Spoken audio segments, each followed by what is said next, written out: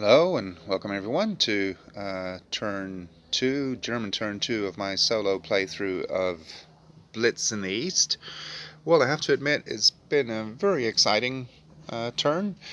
A lot happened, as you can see. A couple of things I want to mention as well. Something people may miss in the rules. You can actually play one strategic card per turn, and since the Germans actually start with which one is it? I believe it's First Panzer, and they start off with it not being blitz capable. You first have to what's the correct term for it?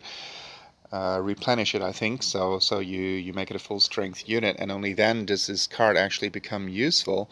So even though they draw the Iran card on their second turn as well, it's not much use actually, in the sense that this one is probably much more important, at least if I get the rules right, and I think I did in this particular case. Something else I want to point out, these German units are actually not disorganized themselves, but there were two Russian disorganized units there, and rather than having them die out of supply, I just had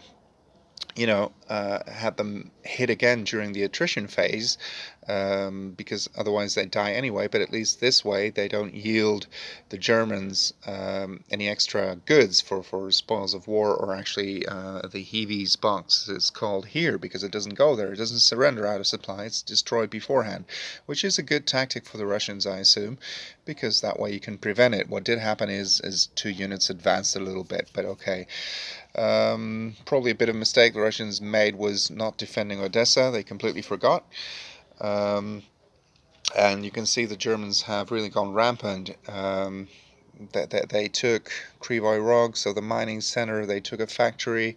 In the base game, there's not really much of a difference between the two. But if you play the expansion Scorched Earth, which I haven't done yet, I mean, I'm just getting to know the game. But then there is actually a difference between whether you capture a mining center or a factory. But in this case, it's the same thing. But it does mean that the Russians won't be able to deploy any regenerated units, so rebuilt units there. They won't be able to place reinforcements there, so they will have to place them here potentially. So that's also the reason why Kursk and Kharkov were taken, also to deny the possibility there for the Russians to deploy any reinforcements there, or regenerated units. They could do so in Gomel and actually recapture Kiev before the German next turn, and they won't get the spoils of war bonus then. But yeah, I don't know. That will probably result in an out of supply unit or whatever. But that is something they could do, because note that this unit does not project a Zoc into this hex because of the river, which denies it. Yeah, other than that, I captured the three turn 2 objective cities, so I actually got to roll a die for a sudden death. It's actually got a different name in this game, but it's basically sudden death. And if I'd rolled a 1 or a 2, the game would have been over right away. But that did not happen, because actually a 4 was rolled.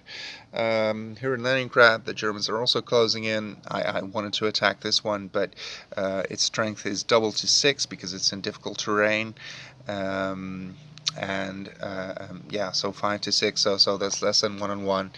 1-to-1, which means that in this game you're not even allowed to attack. Yeah, so as I said, a pretty enervating turn, and let's see if the Russians can somewhat salvage the situation. Thank you for watching, and see you on the next one.